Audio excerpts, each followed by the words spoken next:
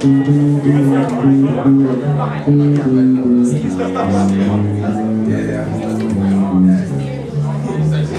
Cam. Hi, Eddie. Hello, friends. Yeah, I think we're I know. Neither of us go here. Yeah.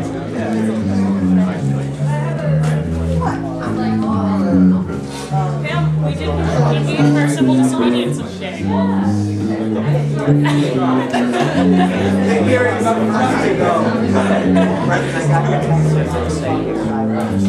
I'll probably move at some point.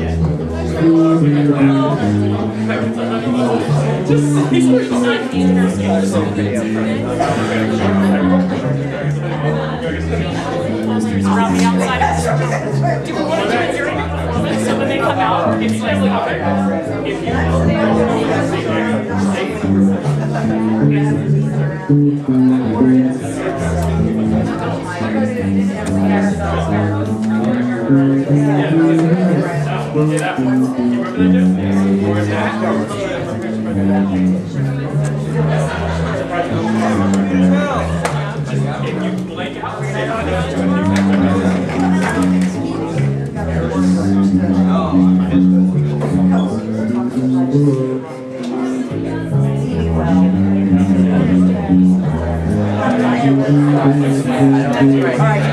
what next time is bring me on?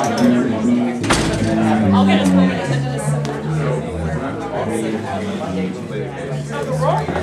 I know.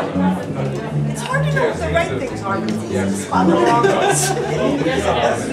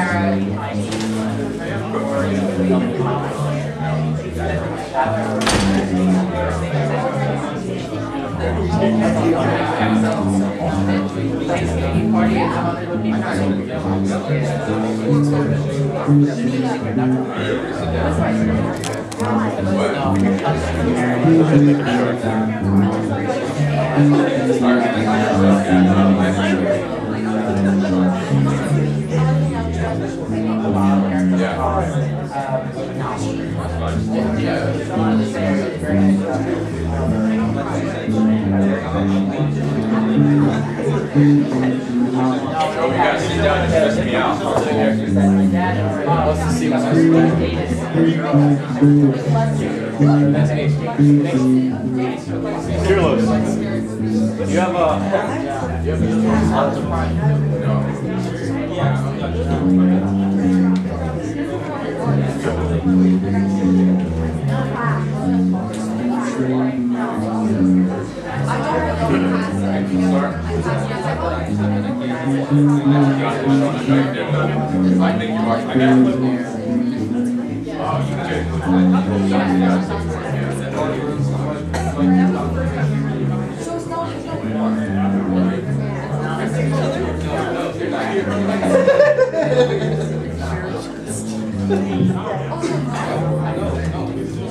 All right, everybody. Welcome to the stand-up and sketch comedy show presented by the Stockton University Comedy Club. I'm Kirlos. I am the president of the comedy club, and you're gonna, watch my children perform hilarious stand-up and sketches. Thanks, Matt. So you got it, Dylan. So first up is one of our funniest members.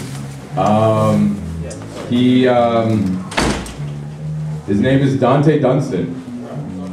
He's doing security right now, so you got. Oh, all right. Garrett's gonna take over. All right, Dante, everybody.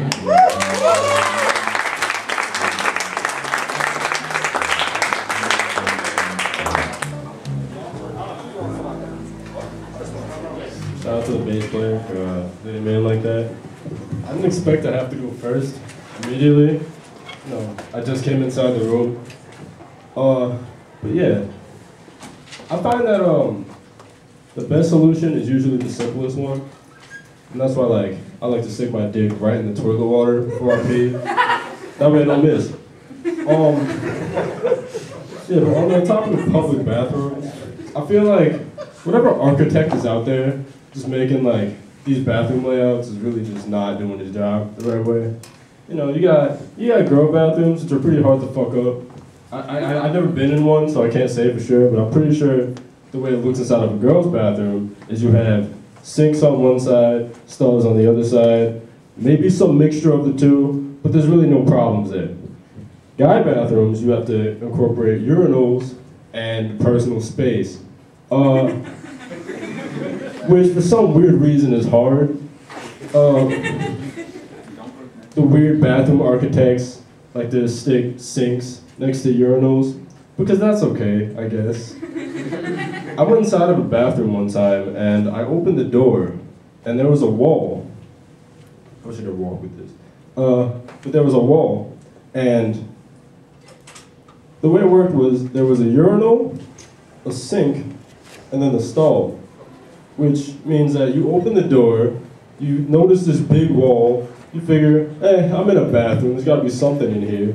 And then you walk in, and you go around, and then let's say there's someone at the urinal, you gotta like, go past the urinal dude, and then scooch past the sink, and then you make it to the stall, do what you gotta do, get out, wash your hands, try very hard not to look in this direction, scooch past this man while not bothering him, and then walk out and enjoy your day.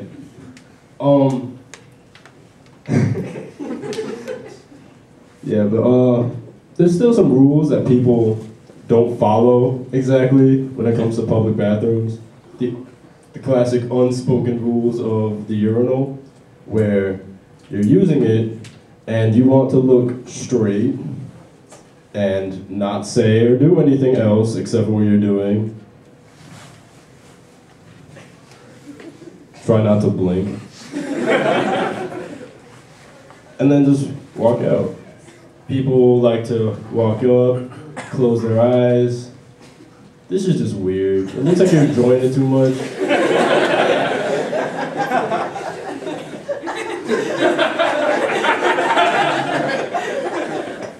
Make noises. Not exactly moans, but like, you don't want to talk to anybody next to you. You don't want to, you know, make it weird, I guess. One time I was at a urinal, and I was, you know, using it, and then somebody came up next to me, plenty of urinals to use, uses the one next to me for no reason, and he starts talking to me like it's, you know, just an everyday thing for him. And that's when I realized that some people are just too comfortable in public bathrooms, and that's why I stopped using urinals. One thing, they're awkward, usually, when people like to be weird about it. Also, I think it's too easy to use a urinal. Like, I spent years of my life, like the first 3, learning how to pee into a toilet. Like, any 2-year-old could pee at a wall. Come on. I learned the skill, I may as well use it.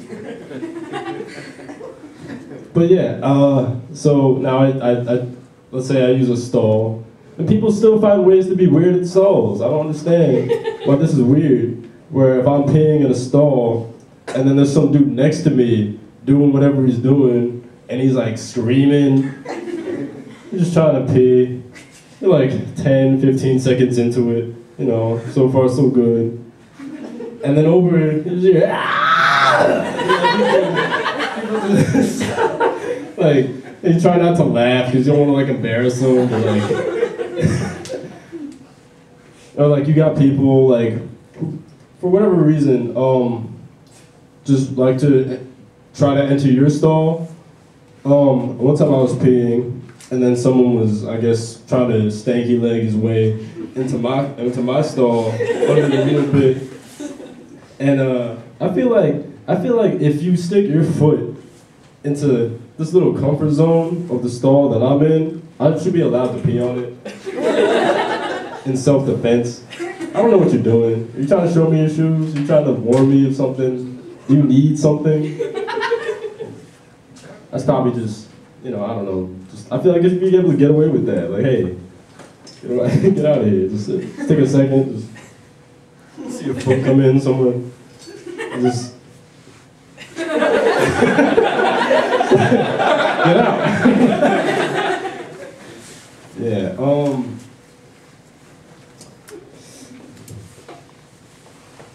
I don't really, remember where I was going with this.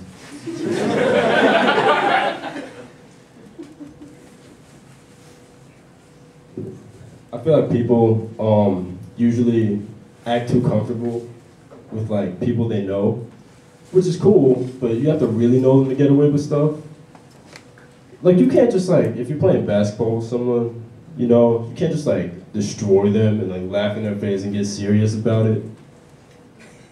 If you don't know them that well, I guess, I don't know. I think a big part of relationships is knowing how far you can go with things.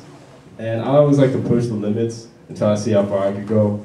So I like playing around with my girlfriend, just like doing stuff to her that I wouldn't be able to get away with anybody else. So when we're at the movies, and you know, I get the popcorn, I get the soda, whatever, we're watching the movie, and then we're just eating popcorn or whatever, and then I see her stick her hand in it, I put my hand on her hand, and I look at her, and then she looks at me, and then she like, does that weird little blink.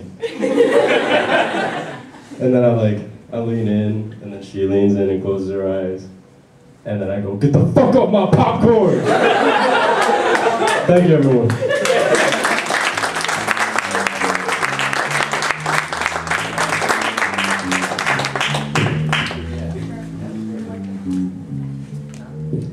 Thank you, Dante. And thank you to Ray, the bass player.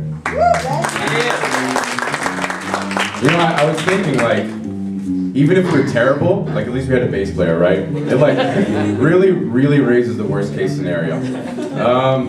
So we got a packed schedule, so I'm gonna be saying little jokes in between the big guys, right?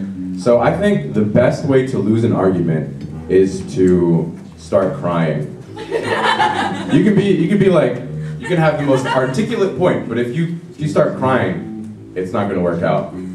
That being said, I think the best way to win an argument is to attack somebody about how long they breastfed for. Like, they could be like, dude, you dinged my bumper. What, like, I saw you, I had a dash cam, you dinged my bumper. And you could just say, oh yeah, at least I wasn't an 8-year-old teat-sucking mama's boy. All right. Next up is Dylan. Let's hear it for Dylan, everybody.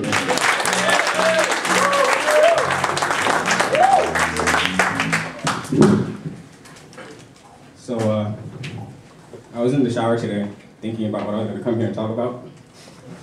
I was just sitting there, I was sitting in the shower, all right? I was sitting in the shower.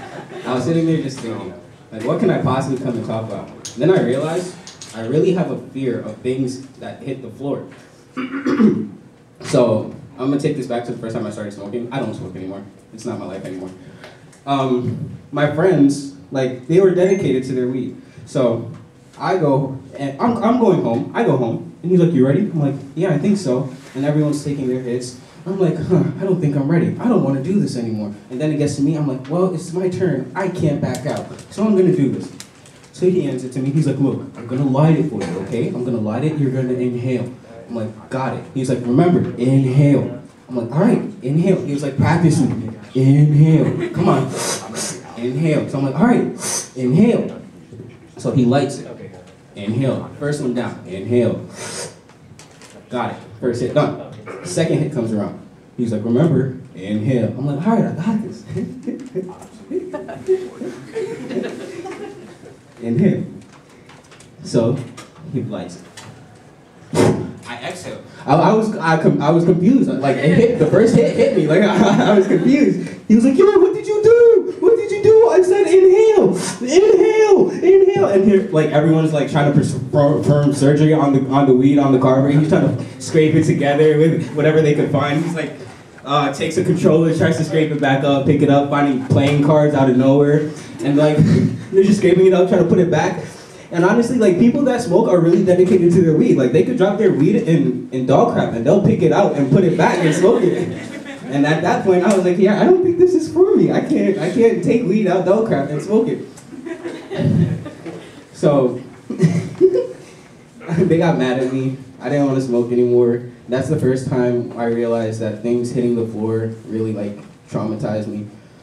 And the second time I realized this, and I didn't realize this until just now, but when I was younger, the reason inhale hit me so much, I'm gonna tell you why.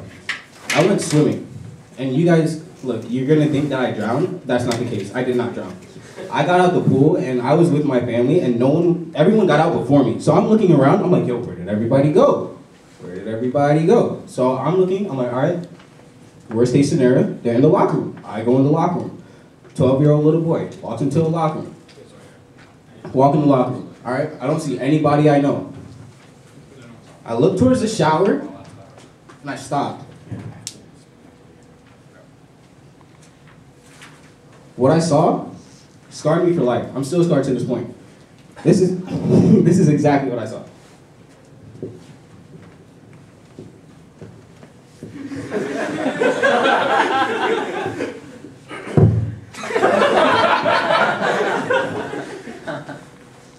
And I stared for like, don't judge me, I stared for like 10 minutes trying to confirm if that's what I saw. I tried to confirm for like 10 minutes if that's what I saw. And yeah, it was. Just.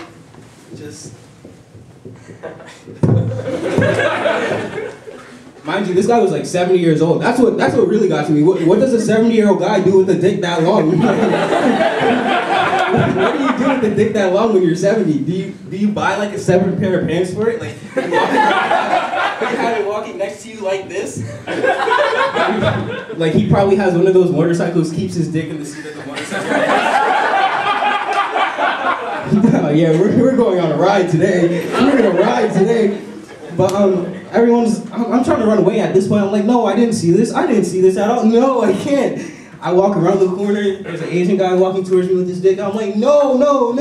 I turn around, I saw walking to the other way. A white guy starts towards me with his dick out. I'm like, no. I just start breaking down. I'm like, yo, the only thing that could be worse than this is a black guy walking towards me with his dick out. Then the old guy finally, like, I'm telling you, like, if he turned left from where I was standing, he could have hit me with it. If he turned left, he would have been like, ah, and it would have hit me. It would have hit me right in my lip. And I'm trying to run away from all these dicks. Like imagine just being surrounded by a bunch of naked grown men with their dicks out when you're 12. It's scarring.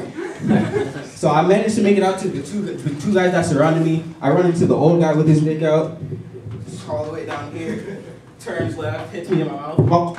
I get hit in the mouth. I'm like, yo. He's like, yo, are you trying to suck my dick? I'm like, what? You hit me in the mouth with your dick. Why would I be trying to, like, that's not my fault. That's not my fault. And he's like, you know what? Inhale. I was like, no, this is a true story. I actually saw this guy, it touched the floor, and I'm scared to look at my own dick because I know I'll never live up to those expectations. And thanks, guys.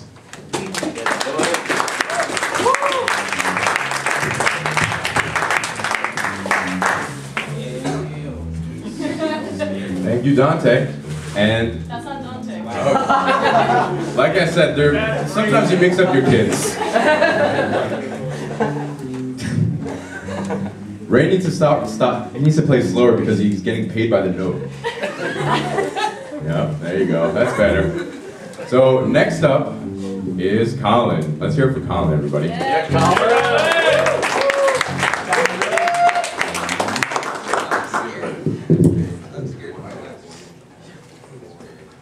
Yeah, so I noticed one of my honors professors in the crowd. That makes this a bit more awkward than it would normally be. So, I think everyone's a little bit gay. I mean, kind of makes Dylan's situation a bit more awkward. But, I do think that. And I don't act on my own impulses, because that would require talking to people. I really only hang out with, 3 groups of people. Like, my friends, my family, and my girlfriend, who I like to name Lefty.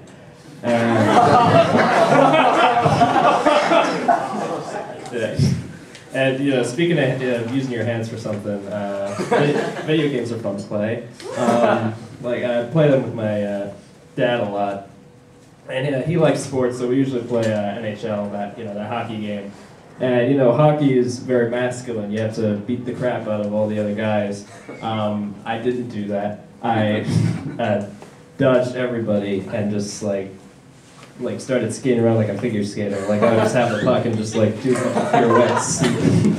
Crap. And probably at that point my dad was thinking, my son might be gay. I don't know how you feel about that. And I'm a quiet guy, I don't do that much. And he tries to make me do a lot of stuff all the time, make me more outgoing. And he makes you do some stuff like not be gay. I'm not trying to say he's a homophobe. I love my dad. Just he doesn't like the idea of two guys kissing. Totally different.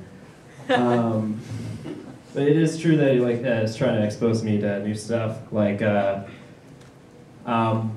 it is kind of obvious what he tries to do sometimes. Like one time we went to this family restaurant, and meal started out pretty normal. Like he probably wanted me to get a manly drink, so I got a Mai Tai.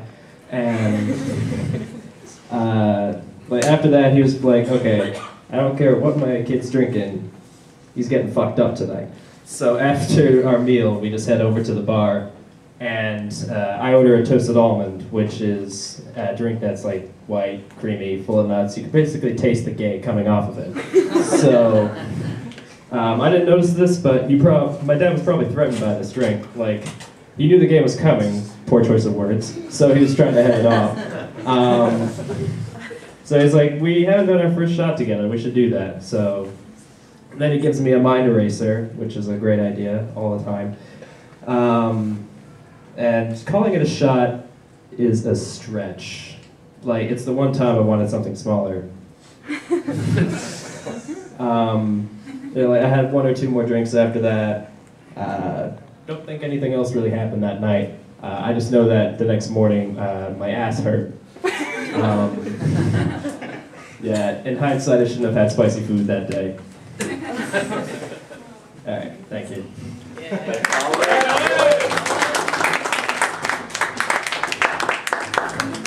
Wait, you're still here. Are you gonna? Colin, work the crowd.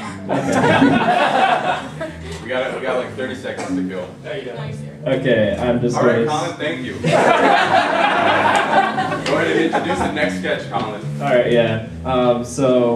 We've all seen those really crappy videos in gym class about stuff they really shouldn't be talking about. So here's our skit about contraception. Contraception.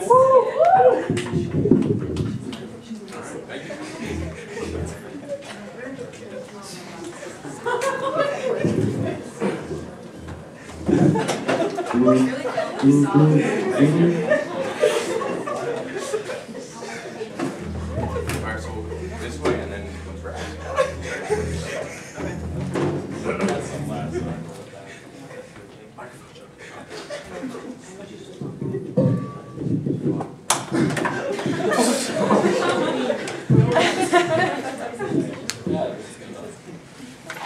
Alright everybody, my name is Coach Hines, and I welcome to 8th grade health education.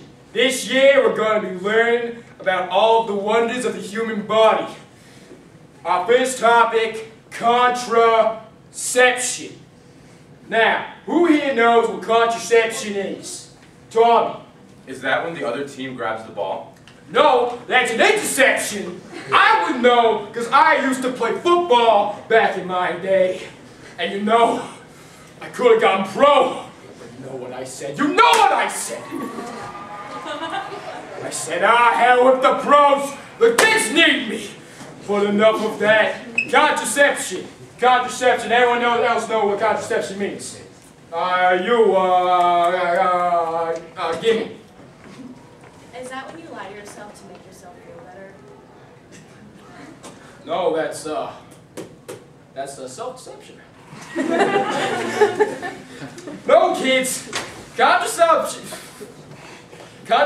is the safety tactic that prevents the sperm from scoring a TD in the end zone of the womb. And to teach you all about the importance of contraception, I have taken the liberty of writing a little contraception plan. That's right, not only am I an athlete, but I'm also an artist. Anyway, do I have any volunteers? Oh, okay, you do, we'll do in the class. Go. Now, for fall. Gee, did you catch that episode of the Flintstones last night? Hysterical! What page are you on? Page 2. There was this one part where Fred used one of those long-necked dinosaurs as like an elevator. How did these guys come up with this stuff? Tommy, I have something to tell you. Wowee, I hope it's totally groovy. Thomas, I'm pregnant. Thomas, I know this is a lot to take in, but... Shut the fuck up, you whore! That bastard ain't my kid! Thomas, I know it's you. You're the only man I've ever been with. Does that night when we were watching a Scooby-Doo movie mean nothing to you?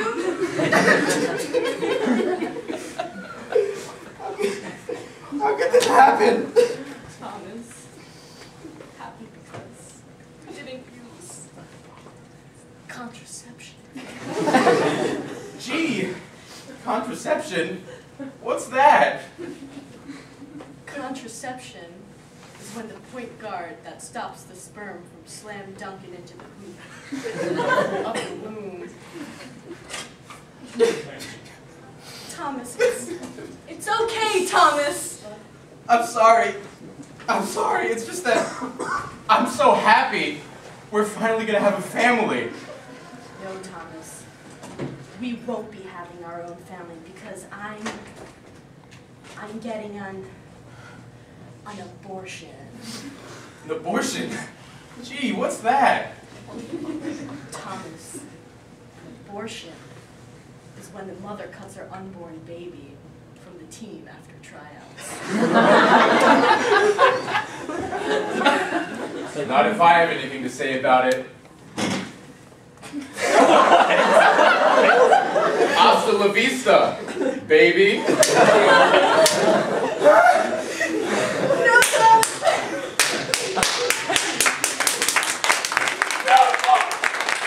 Well, great work, everybody!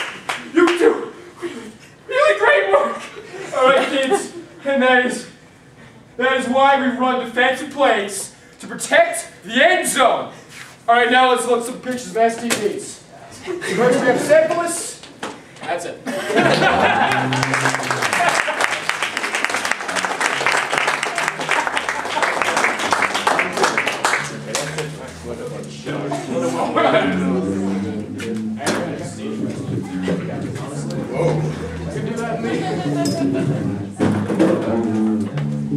So this morning I was like, what do school kids wear these days? And this is what I ended up with. Next up, one of our female comedians, Becky.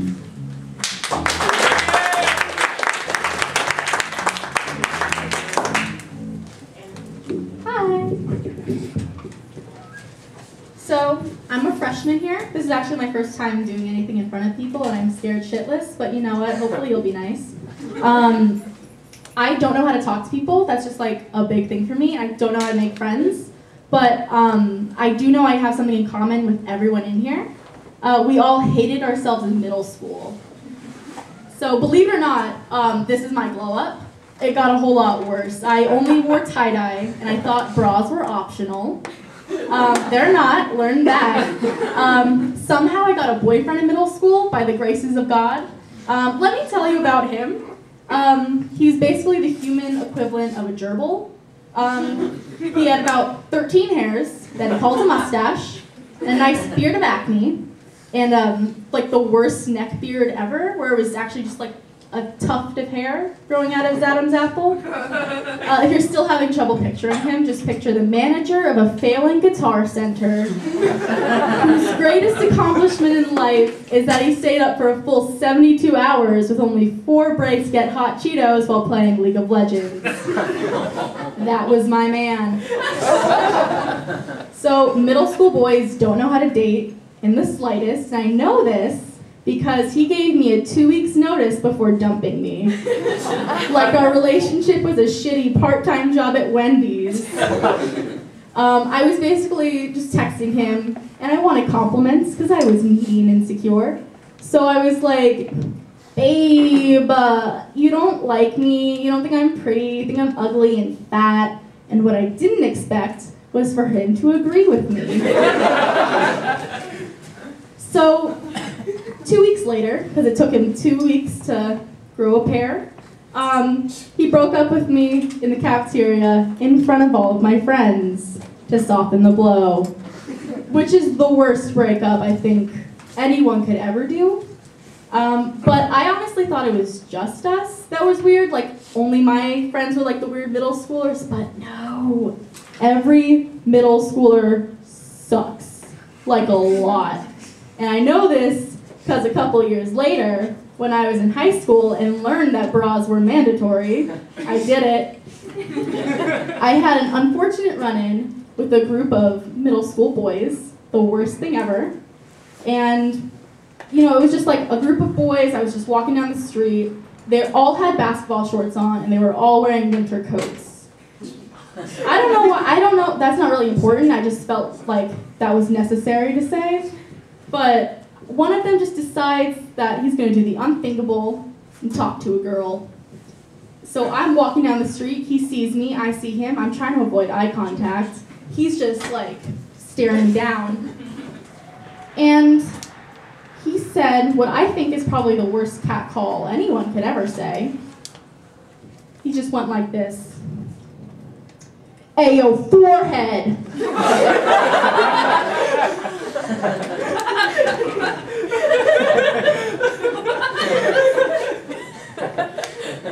What?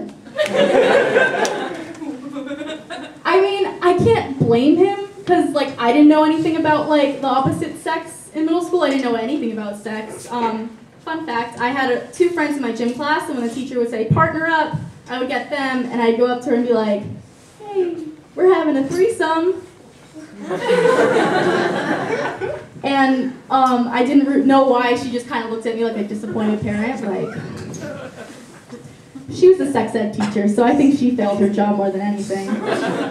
But I'm just gonna give you a quick piece of advice, guys. If you think the forehead is involved with sex at all, I think you're kind of off. Maybe like, go down a few inches, and then you got it.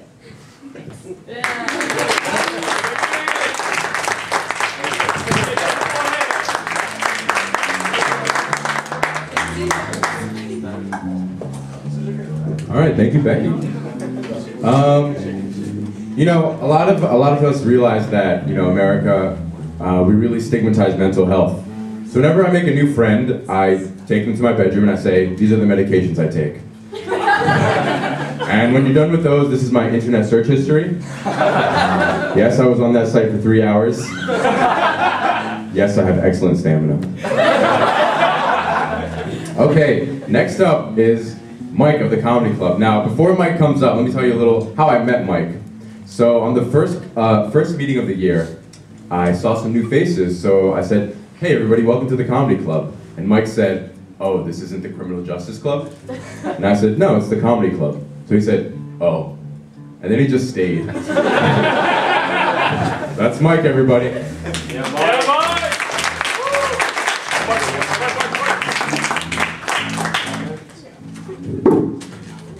Give it a hand for Kilos. He's such a good sport about this. Thanks, Dad. All right, so don't bother raising your hands if you go to the bathroom or anything like that. Just go, do your thing, or just do it. I don't care. No one's gonna smell it or anything. All right, so let me tell you a few things about myself. I was born at a very young age. I was raised in Hillsborough, but I was born in Trenton, Mercer Medical Center. Does that make me an OG? Yes, it does. That was during the time when world was still more in the loss of notorious B.I.G. Sorry, that sounded too wiggerish. All right, so I used to volunteer at an animal shelter, but I mean for dogs.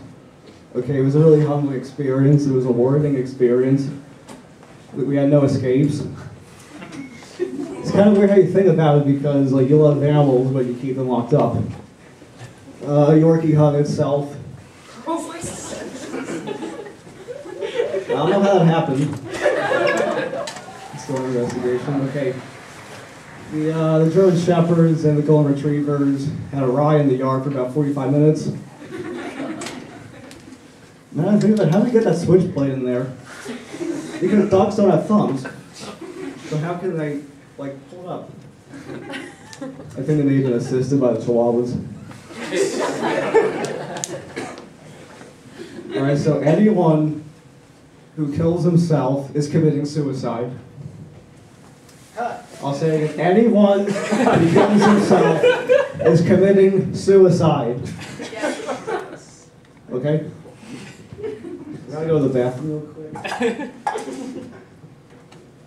No.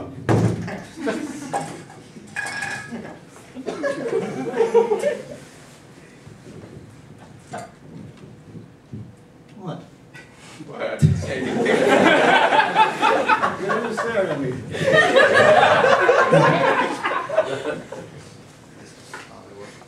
Alright, so, now come on, there's always those people who clap at the end of a flight when it lands, like, don't clap, it's their job. Do you clap at the end of a porno? What an excellent performance by two talented pilots.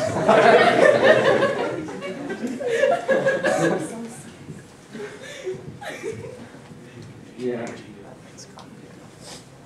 All right, so we're reaching the end of No Nut November.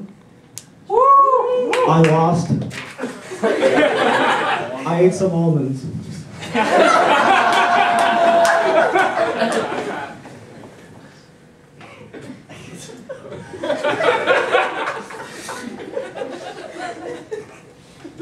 You know, I like to think, this is in theory, that the best part of an orgy is the catering. I mean, so like the sex might be good and all that, but that kitchen cacciatore, you're gonna go back for seconds. Not those people. All right, when is it too late to shout no homo? No homo!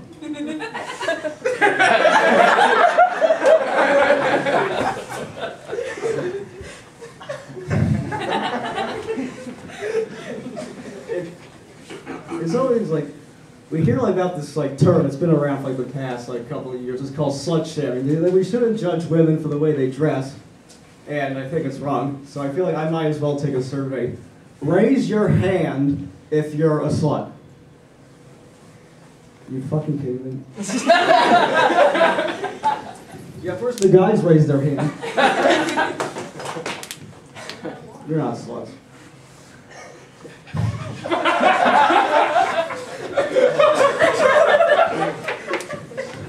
Well, again, why should I judge? You could be the dirtiest motherfucker for all I know.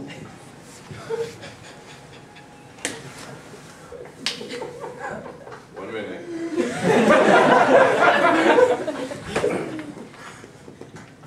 No, I'm not a hostage. I feel like the way I'm acting, you think like there's like someone putting a gun in my face. But no, it's not. It's imaginary. Alright, so people think that childbirth is the most beautiful thing that a human can experience. I disagree.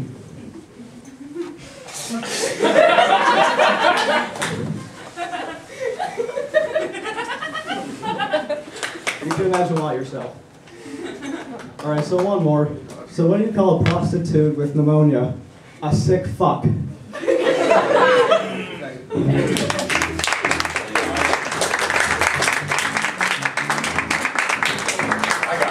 Thank you, Mike. Oh, so you know, like, I don't know, you know, like when you tell an inside joke to somebody who isn't on the inside. Never mind. I'm mixing up my list of jokes and my list of who's going next. I'll go with the list of jokes though. Did that one. Oh, I think if the KKK wants to continue being scary in the 21st century, they need to rebrand. So, do you guys know what the leader of the KKK is called? The Grand Wizard. I don't. When I hear Grand Wizard, I don't think, you know, the leader of a hate group. I think Cedric, who has more hair on his back than he does on his upper lip, and who gets winded when he climbs up 6 steps. Second in command is the Grand Dragon, which makes me think of like an old Asian martial arts master. Anyway, the next sketch coming up is very near and dear to my heart. We were talking about it for a long time, and I don't want to spoil anything, so we'll just pull it up.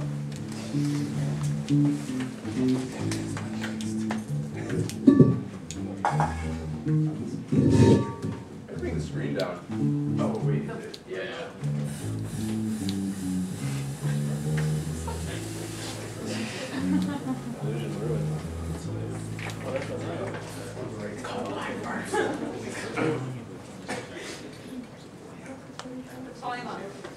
Stop playing, Jenny.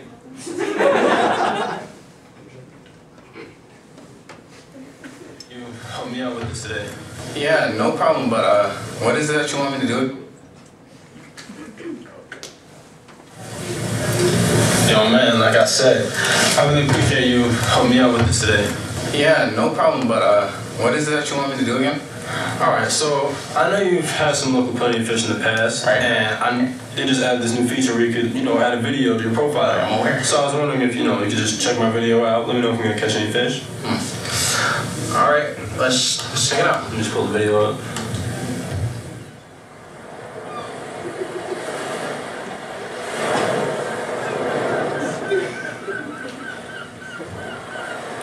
Call me Ishmael.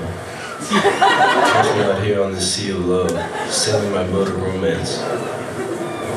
If you're watching this video, I want you to know that I'm hunting for some whales. I'm talking about some big, fat, white whales. If you catch my drift, I'll ask you if that is. So let me know if you're trying to catch this harpoon or not.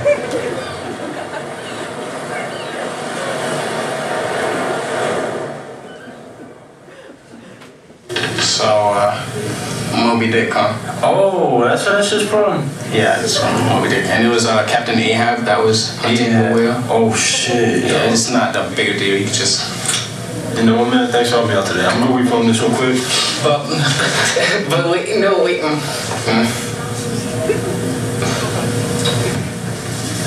Alright, so I got the new video, man. You ready? Wanna check it out for me? Word, thanks, man. Alright, here we go.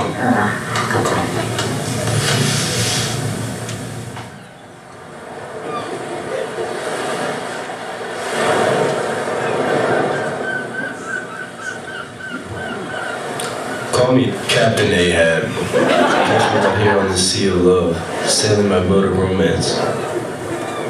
If you're watching this video, I want you to know that I'm hunting for some dicks. I'm talking about some big, fat, white dicks.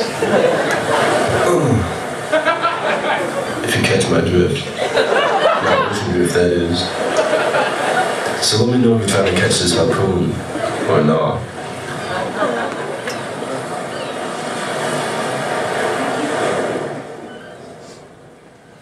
Alright, so what do you think, man? It's perfect. Yo, man, thank you. Oh, shit, I already got matched with Sperm Whale 69. Okay, yo, this lotion is easy, let's go. Oh, they sent a picture, too. Please don't open it. I gotta open the picture, man, that's fine. Okay. I don't think you should open the picture, but you're gonna... You know what? It's not that actually, when you kind of like... Yeah. Okay.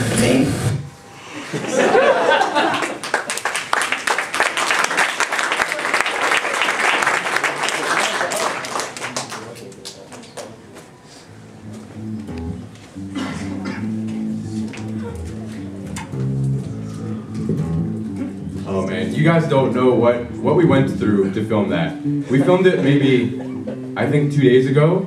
There was like 40 miles an hour winds. Dante said the sand blowing onto his chest was like tiny bullets on his nipples. Direct quote. All right, next up is Nico Lopez. Yeah, Nico.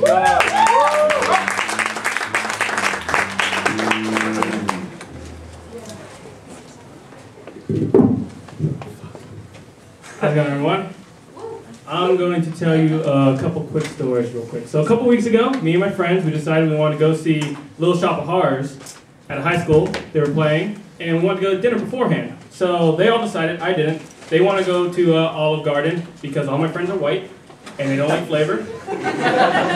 It's true. I'm not going to pick on Olive Garden. So, me and my one friend, we were meeting up here. So I got here early, so did she. So we were sitting there, and I look at her, I'm like, you know what? I've never been to Olive Garden. And she looks at me, she goes, yeah, you don't look like an Olive Garden guy. And look at me like, what does that mean? What kind of guy do I look like? I look more like a Moe's guy. My dumb ass not getting the joke. Oh my God, I love Moe's. How'd you know? What? Dead ass hurts looks at me. Because you're Hispanic, you idiot. I know, right? But so we were sitting there at Olive Garden, and before I could even say a word, we were just sitting in there. She leans over across the table and she goes, yes, you are the only colored person in here right now. And she was right. I looked on my way out. Only one. Everybody was just old white families. Completely true. It's weird. But, so fast forward to the play. We were sitting there in the auditorium. It was intermission. And this is still in the back of my head, what she said. So I don't know why. I just decided to look at her and be like, hey, what would it be if I was black? She goes, what does that mean? Like, what would my place be if I was black? Let's stop there real quick. There's like only one answer to that question. We can all be a little racist for a second. If whoever wants, anyone want to answer that question? Who's a, what, Popeye? Close enough, thank you, Jenny. So, I was sitting there and I'm like, you know what? Let's answer this together again. I'm obviously gonna say, I said KFC. You were close, it's all right, don't be embarrassed. I said KFC. So I decided, I'm like, on a count of three, we're both gonna say it. So I went 1, 2, 3, KFC. Not her. Nope. She looks at me straight in the face and goes, 1, 2, 3, Golden Corral. Fuck the play at this point. I want to hear about this.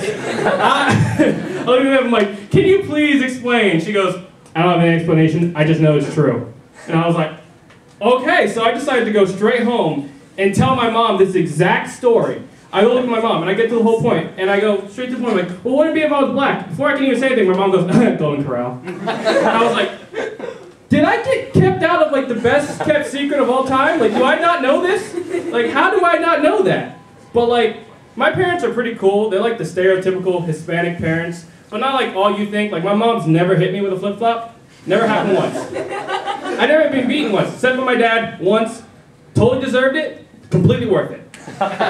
So, I was younger, I was about like 14, this is before I could drive. Me and all my friends, we decided we wanted to go play hide and seek in Walmart. You never play hide and seek in Walmart? Fun as shit. My friend George, he's like 5 feet tall, so I stuck him in one of those big storage containers. And I stuck him on the top shelf. Long story short, he won. But I got home, and I was like 30 minutes late, which already pissed my dad off. So I came in the house, he goes, hey, where have you been? And I figured I'd tell him the truth, because who's going to get in trouble for playing hide and seek in Walmart? Gives a shit. I look at him, I go, oh, I was playing hide and seek in Walmart. You would think I just said I snorted crack off a hooker's ass. He was so far gone. He was so pissed. He was like, how could you do that? You're going to embarrass yourself in the family. What if you saw something like this, and that? He was just going off. And like he got to the point where he goes, you do this, first Walmart, what's next? I don't know what possessed me to look at this man in the face and go, I don't know, Target? Dad beat my ass. And that was the only time. Never said it again. Never talked back anymore. And that's all I got for tonight. Thank you so much.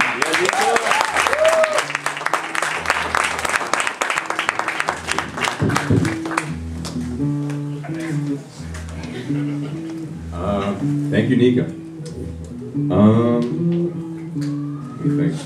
So, you know, this might sound like, you know, I'm stating the obvious, but I think police brutality is kind of getting out of hand. I know, right? Kind of stating the obvious. Hear my story. First, let me introduce you to my furry friend. I am the father of a 4-year-old beagle. His name is Finn. He's, you know, the cutest, wiggliest guy in the world, right? One day I was walking my little pooch, and a big FedEx truck came zooming by. And, you know, the little guy excited, so, you know, he shook loose of his leash and he started scampering down the street. I'm like, now I need to, like, adorably chase my dog down the street. Only, like, the 5th time this week. So in the distance, I spot another dog owner. I'm like, oh, no problem, you know. Finn is gonna give his pug some licks. He's gonna, you know, jump on his leg a little bit. It's gonna be so cute. Well, so I reach my dog, and then I get to him, and he's kind of like in agony in the middle of the street. So I pick up my dog. You know that one painting where Mary Magdalene is holding Jesus' limp body? It was like that. So I pick him up, and he's like, he's sniffing and sneezing and rubbing his eyes, and I see this guy's about 5'5", in both like height and width, and he's walking away, and he has a pug, and he's got like short Guy Fieri's gel spiked hair. I later find out that this guy's a cop, and I later find out that he pepper sprayed my beagle. What kind of trigger finger does somebody need to have to pepper spray a beagle? He's really keeping these streets safe by pepper spraying a beagle.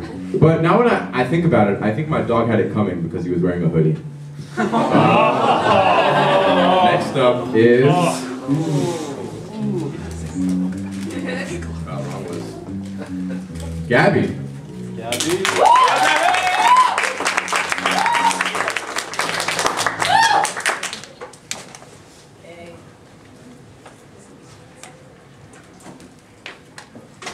So I'm gonna have a list that I'm gonna check off if that's okay, just so I can get all my jokes out.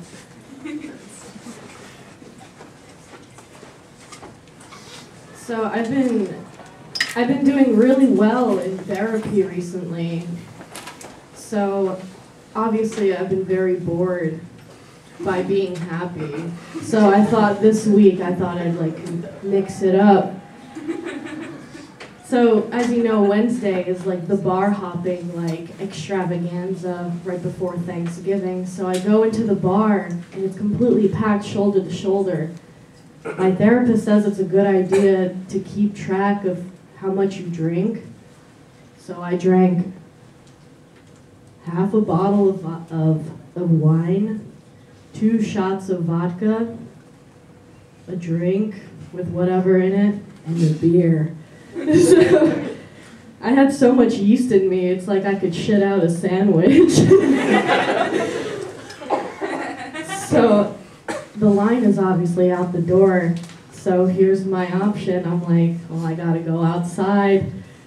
And I hide myself into the deepest corner of the trash chute that you could imagine and get walked in on by some guy in my spot as I'm like doing like the most vulnerable thing ever. He's like, oh my God, I'm so sorry.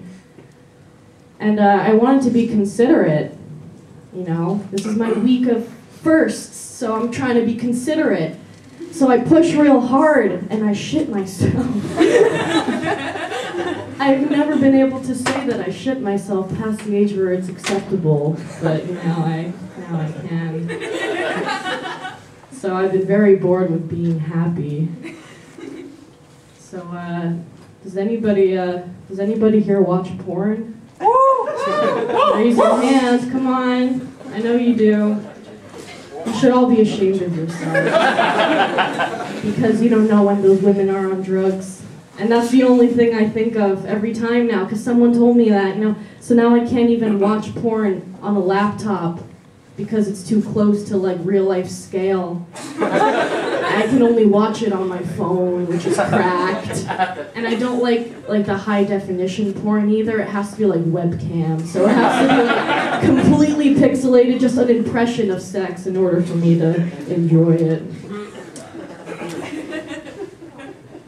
So my mom and I had a talk about monogamy. She's very Catholic. And her philosophy is, well, you're only supposed to marry once, so you have the one.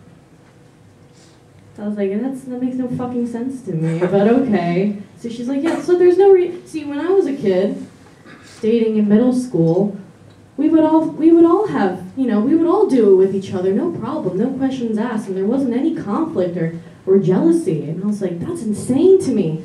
But then I started thinking about it, and it makes a lot of sense, because you guys all have that aunt, right? That's like not actually your aunt. Yeah, dude, that fucked her. And mom is totally cool with it because they're monogamous. You guys didn't like that one. I like that one. So that's something I'm going to share with my therapist tomorrow, that discovery. I decided, he actually told me my last session that there are two types of people in the world. People who are hardwired to be monogamous, people who are just hardwired to not be. So I was like, well, what am I? So I decided to go on a date with a couple the other night just to try it out. And it was really hard to like divide your attention between two people. It's like watching tennis, like going back and forth, making sure you're not hurting anybody's feelings. So I'm definitely unclear about that, but I'll get back to you. Let's see, what else is there?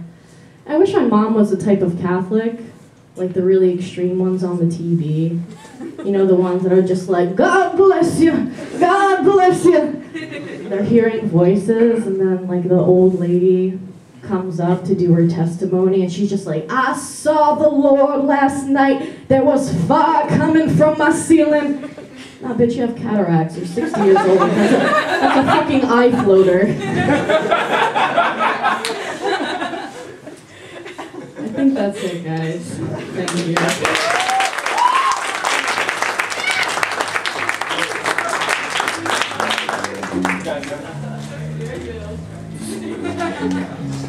All right, thank you, Gabby. You know, I was really worried that we would have too many chairs, but we don't have enough chairs, that's great. That's a great outcome. So next up, we have another sketch. This is not yet, Gary. Wait till the intro music plays. Next up, we have another sketch. It's called Misunderstanding. I hope you enjoy it. Garrett, wait till the intro music plays.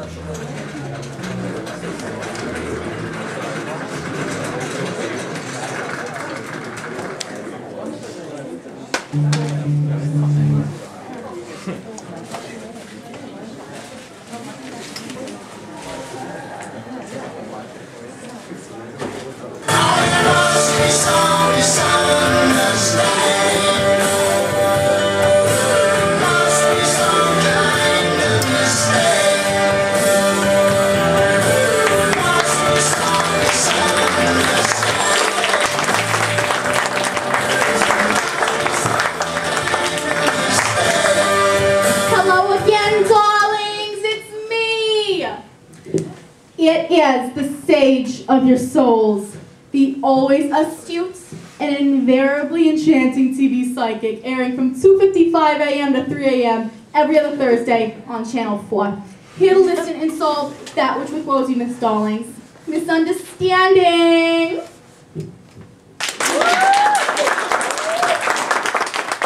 Thank you, that's enough. Let's hear what sort of trouble you've gotten into this week, my lovelies. Let's take our first call. Hello? Hello, my love. Is this misunderstanding? Yes, this is she, the always astute and invariably enchanting TV psychic, airing from 2:55 to 3 a.m. every other Thursday on Channel 4. Here to listen and solve that which woes you. Oh. No need to moan yet, darling. The evening has hardly begun. So tell me, why do you call tonight? Well, misunderstanding. My husband has been working really late nights, and I miss him. But it's hard because I know everything he does is for the family. How do I bring this up to him without hurting his feelings? Misunderstanding has heard this one before. Late nights and doing it for the family. You've got a cheating pig on your hand, honey. What? What? The signs were all there. What was wrong with me? I know that's how you're feeling. It's normal. It's normal. Misunderstanding is here for you, doll. I don't think you understand. No, I don't know. Misunderstanding understands. Misunderstanding understands exactly what needs to be done. You've got a pig on your hands, darling, and pigs need to be slaughtered. I can't believe this. Oh, Misunderstanding knows, dear. A woman can get attached to her Wilbur, but that doesn't make him any less of a pig. There comes a time in every pig's life when he needs to stop bringing home the bacon. He needs to become the bacon. I know, I'm a comedian. Now, when you do away with the squealing body, you don't want a bloody mess on your hands, so your husband, he drinks a cup of coffee every morning, don't he? No. Perfect. So, antifreeze, darling. It's just this, it's got this beautiful, sweet flavor to it. So just a little bit into his coffee every morning, and before you know it, he'll be the butt of the joke. The pork butt. Oh my God. Oh my God is right. That's all the time we have this week, but tune in next week to catch the sage of your sorrows, the muse of your miseries, the always astute and invariably enchanting TV Psychic, airing from 2:55 a.m. to 3 a.m. every other Thursday on Channel 4. Here to listen and solve that which withwoes you, my darlings. It's misunderstanding.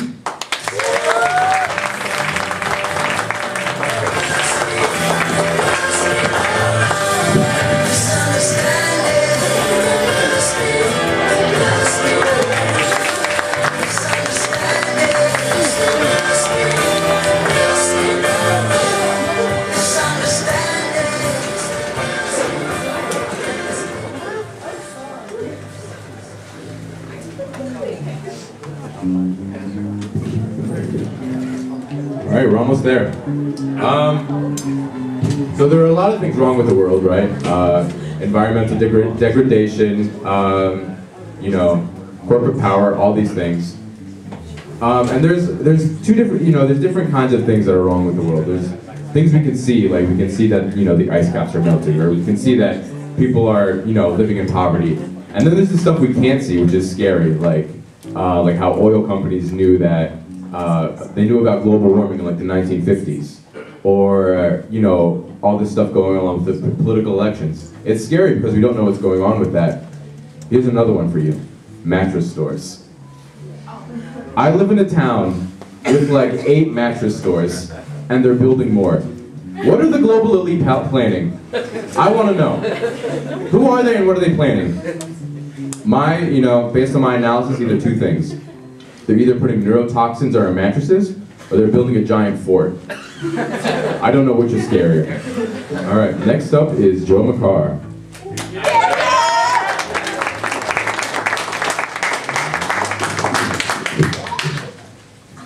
Okay guys, first I need to say we gotta get a little more energy in here. Can I have everybody scream? Yeah! That's a lot better. It's looking like my 8:30 so far, so I'm trying to change that. So, on my first day of class this semester, it's a 12:45 class. I don't know what to expect, right? I'm waiting for our teacher to walk in. I don't know who this lady is. The door's like cracked open. And 12:45, I'm like, okay, I'll give her a second. She's a little late. 12:46 comes. This middle-aged woman is panting at the doorway. She doesn't say anything to us. She doesn't introduce herself. Instead, she just looks at all of us and goes, I think I'm going through menopause. And I turn to my friend Josh, I'm like, what did she say? Going through menopause? And we're all like kind of surprised. And then she goes, you guys aren't going to tell on me for saying menopause, right? And we're all like, no. And then she points to the one black girl in the back of the class and goes, except for you, I feel like you would tell on me. You look like a snitch. And we're all like, oh my gosh, this lady, there's no way this is our teacher. And surprisingly enough, it was our teacher. So, right, this is the line, and then this is her just taking a giant leap over it, no boundaries whatsoever. And then even worse than that, right? Like, we're all turning to each other like, wow, it's gonna be a fun semester. And then she goes, that's right, I said it because she was black. Apparently menopause makes you racist now. And if you didn't laugh at that joke, you probably don't know what menopause is. I had a realization over the summer. I need to stop telling women they were in my dream. Even if it's true, it's just not a good way to walk up to someone, right? So I go up to my friend, I go, yeah, you were in my dream last night. She's like, okay. Right? Because if I tell you, if I go up to a girl and say you were in my dream, you're just gonna automatically assume it was sex related. That's just what comes to mind, right? But it wasn't sex related. We were going bowling. It was me and her friend and her, and we were going bowling. And then I started to realize, you know, it doesn't matter if the joke was about bowling or sex, because either way, I'm about to show her how good I am with 3 fingers. I also realized you can't do cute relationship things if you're not in a cute relationship. So like this summer I was FaceTiming my friend, and we're about to hang up, and I go to her, I'm like, no, you hang up first. And she just hangs up on me.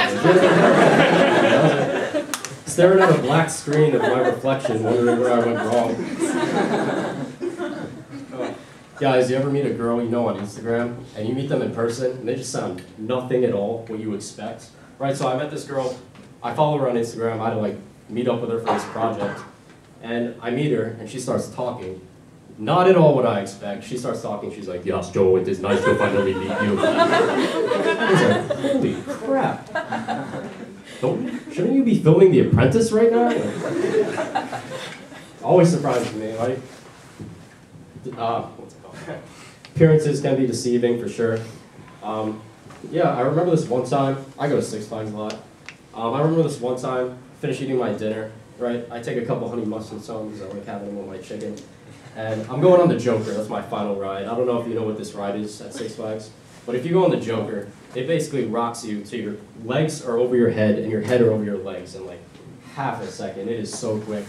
And I put all my stuff on the side, right? I'm like, okay, here's my cup, here's my phone and wallet so I don't lose them on the ride, because they will get lost. And suddenly I'm going up on the ride, I'm like, I feel like I forgot something in my pocket. And then I remember, I have 3 packs of honey mustard sitting in my pocket, about to go on this ride that flips you about 7 times head over heels. And I'm like, wonder if this will be an issue. Sure know it, you get to the first hill, the ride flips backwards, and I hear a pop in my pocket. You've gotta be kidding me. That sounded like 3 packs of honey mustard just bursted open in my pocket. I couldn't even enjoy the ride after, right? I get off the ride, I'm like, well, let's see what damage has been done. I open my pocket, just 3 packs of honey mustard bursted open in my pocket. I could not believe what I saw. 3 packs of honey mustard just bursted all over my pocket, and I had to go to the bathroom. And then this guy walks up to me, and I'm like, yeah, dude, I'm having a bad day. And he goes, yeah, that looks like 3 packs of honey mustard bursted open in your pocket. So apparently he knew exactly what I was talking about, too. I saw this tweet the other day. I'm on Twitter a lot, so I saw this tweet, and it said, got me thinking, if you can spend the day with any deceased celebrity, who would it be and why? And you know, I stopped scrolling through the timeline and went, let me think about that for a second. Then I was like, you know what would be pretty cool? Going Black Friday shopping with Michael Jackson. Wouldn't that be pretty cool, right? Like, at first, I don't know. I was like, But think about it. Michael Jackson, here's boys' underwear is 50% off, and he's interested, he's going to be intrigued, and he's going to go Black Friday shopping with me. And it's going to be a little awkward, you know, right? Like, I'm like, Michael, check out all this great music he made. And he's like, ooh, JCPenney, it's boys' underwear, 50% off. No, Michael, we remember 1993. We know what happened. Thanksgiving was last week. I remember a couple years ago on Thanksgiving, I was actually in 8th grade, right? And my 8th grade science teacher goes, yeah, it's tryptophan is the substance in the turkey that makes us sleepy. And I was like, oh, okay. I'm going to tell my uncle that on Thanksgiving. He'll think I'm smart. And then Thanksgiving comes, right? I go to my uncle, I'm like, yeah, I learned about that in science class. That's why we get sleepy. It's the rohypnol in the turkey that makes us sleepy. And my uncle goes, what did you say? I'm like, it's the Rohypnol in the turkey that makes us sleepy. He goes, Joe, Rohypnol is a date rape drug. To this day, I still don't know how I learned about Rohypnol, but it's safe to say no woman will be eating Thanksgiving dinner at my house anytime soon. So, I met this girl earlier this month, and you know, it's getting kind of serious, so I figure I should tell my parents about it. So, I'm like, okay, I never talk to my parents about women ever, because why should I, right? Like, but I'm trying to think of a good time, so we're sitting down, watching TV, my parents and I, and it's commercial. I'm like, okay, this is a good time to tell them. And I go, Mom, Dad, can I tell you something? They're like, are you in trouble? I'm like, no. I'm like terrified out of my mind. I'm like, so I met this girl, and she lives about like an hour 15, hour 10 away, and yeah, she's pretty special to me. And then my dad goes, okay, do you think she's pretty? I'm like, yeah, that's probably an understatement. And then I'm like really happy. I'm like, well, I'm so glad my parents understand this moment. It's really awkward for me. I'm sure it's awkward for them. And out of nowhere, my dad, we're all sitting in the living room, stands up, points at my mom and goes, I told you he wasn't gay! And then my mom hands him $50 and runs out of the room. Cool. Not bad yet, but thank you. Okay, I think it's pretty funny how things change over time, right? So, basically, you remember we're in elementary school, all the math teachers are like, yeah, you're not gonna have a calculator in your pocket when you get older. And, right, it's funny how things change, because every day, we all carry a calculator in our pocket, right? Am I right? We all carry one. Got it here. And I wish I could just go back to her and be like, ha, who's laughing now, Miss Math Teacher? I do carry a calculator in my pocket, and I keep it right next to my phone.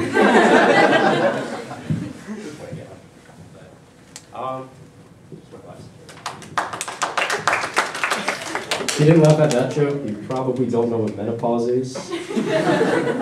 That's all from me, guys. My name is Joe McCarr. If you liked my set, feel free to Venmo me your phone numbers. I don't take them through contact, but if you want to Venmo me your phone number, that'd be amazing.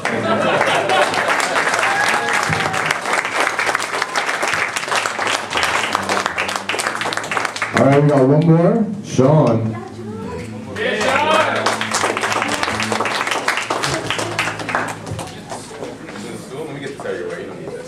Yeah, I always get stand. There's a stool right here. Like, I think a really great way to introduce yourself to a crowd is like by walking in with like extremely short shorts and just everybody knows the outline. Everyone knows the outline of your dick before like they know your name.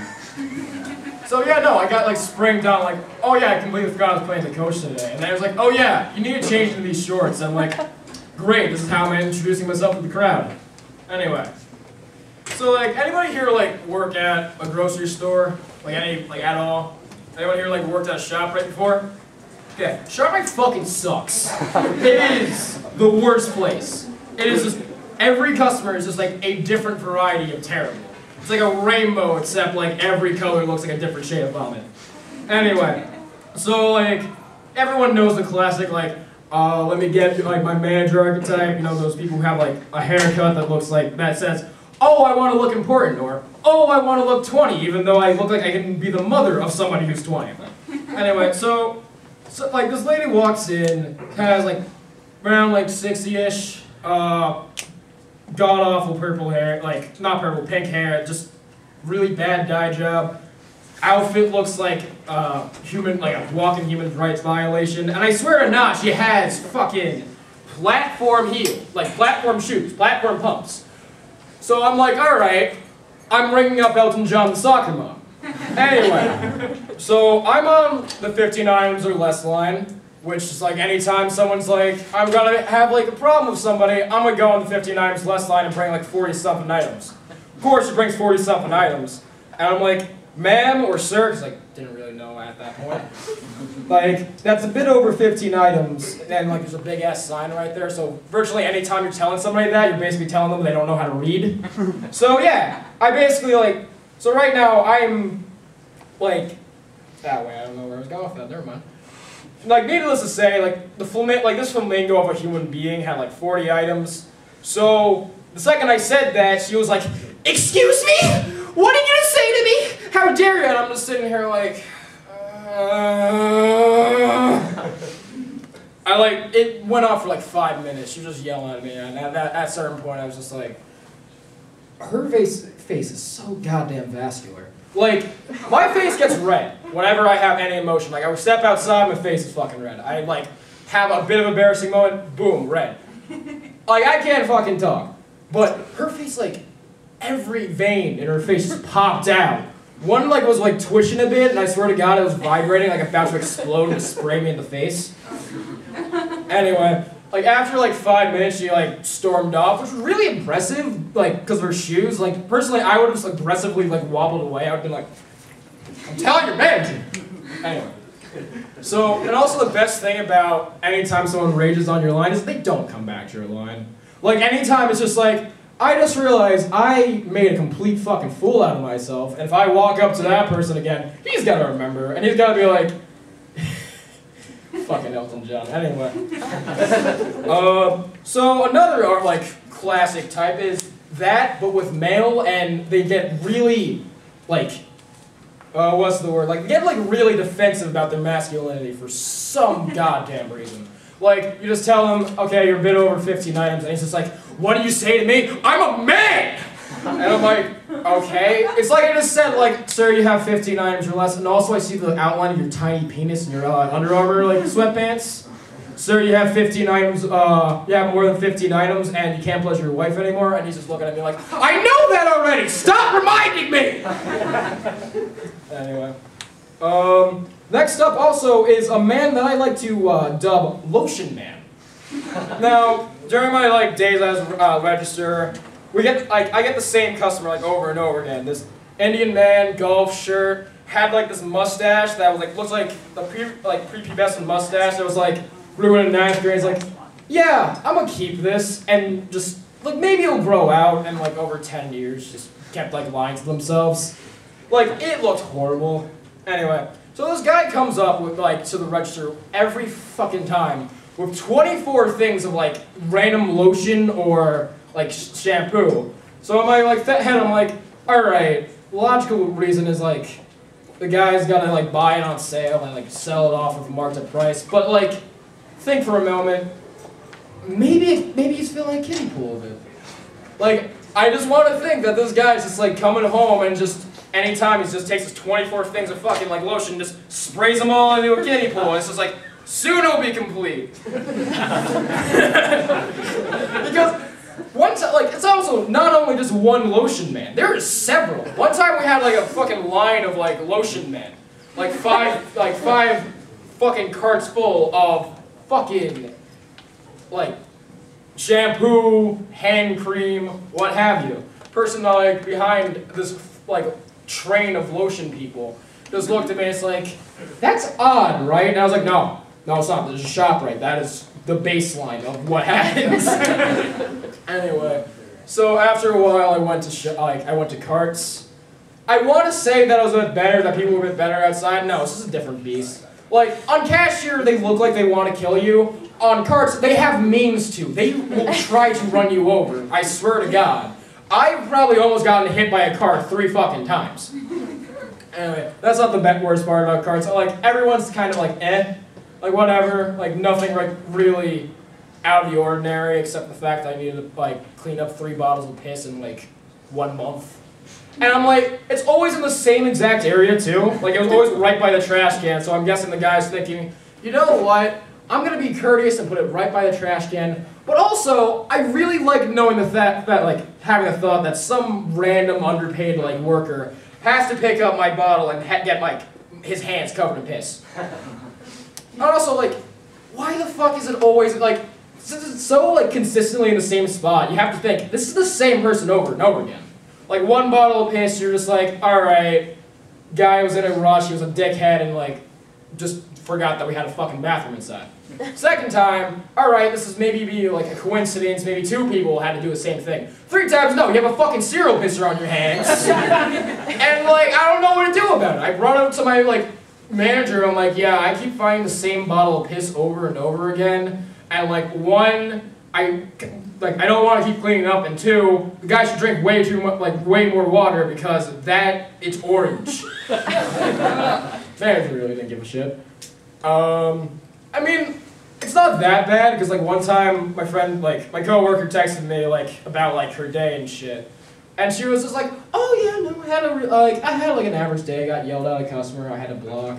A man took a shit in like the aisle behind me on my register lane." I'm like, okay, why the fuck is that an afterthought? I would just lead up with someone took a shit in like the cashier lane, but only at ShopRite. It's just like, yeah, you know, it's just the use. You just shit in the aisles. You shit in like the lanes. I would expect someone to just drop trout right in front of me because they get mad. I don't know. ShopRite was a weird ass fucking place. I literally got I got the pleasure of when I left, I got to tell every single manager to fuck off because they were all grouped together. Literally how I left, I was like, all right. Came in and like, hey, can I have a raise? And they were like, no. I was like, all right, fuck all y'all, and I left. This was after like 11 months of this shit, and I was just like, I never want to fucking go to a ShopRite ever again. Like every time I walk back into that ShopRite, I have fucking Vietnam flashbacks. It is awful. Fucking what else? What other people? One time when I was on the cashier, this person had a like we have these dispensers where you get like a big ass thing of water. Person got them like, what's that sport where you're like curling? No, not curling. Boxing. Racquetball? No, where you like swing shit around and you throw it like as far as you can. Figure skating, yeah, of course. Who doesn't throw shit during figure skating? I personally throw my skates during figure skating to see who gets like chopped off. Anyway. The hammer throw? Yeah, like that, like the shock put. Thank you. So this person fucking shock puts like a 5-gallon thing of water at my register. It sounds like fucking Thor's taking a shit right outside of ShopRite. It goes, boom, and everyone's just looking at my register, and he was just goes there, was like, yo, coupon machine over yours broken. And I'm like, all right, sir, we'll get something right on that. Also, what the fuck? Like, why are you trying to kill me? Why is everyone trying to kill me? I'm a cashier. I get, like, it's terrible. Another time, same, like, this is a different, like, overly proud, like, masculinely type dude. Guy's just like, when I tell him, like, man, you have over 15 items, he was like, you know what, fine, I'm not gonna, like, cater your power trip, I'm going somewhere else. I'm like, cater my fucking power trip. Like, sir, I am a cashier, I spent 32 hours of my life at this fucking store. I am perfectly aware of my situation. I don't think I'm a fucking, like, kingly man. I don't think I'm, like, hot shit. I am a ShopRite cashier. Thankfully, I'm not anymore. Thank you, everybody.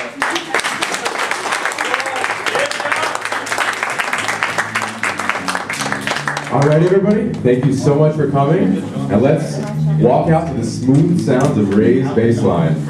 Thanks for coming again.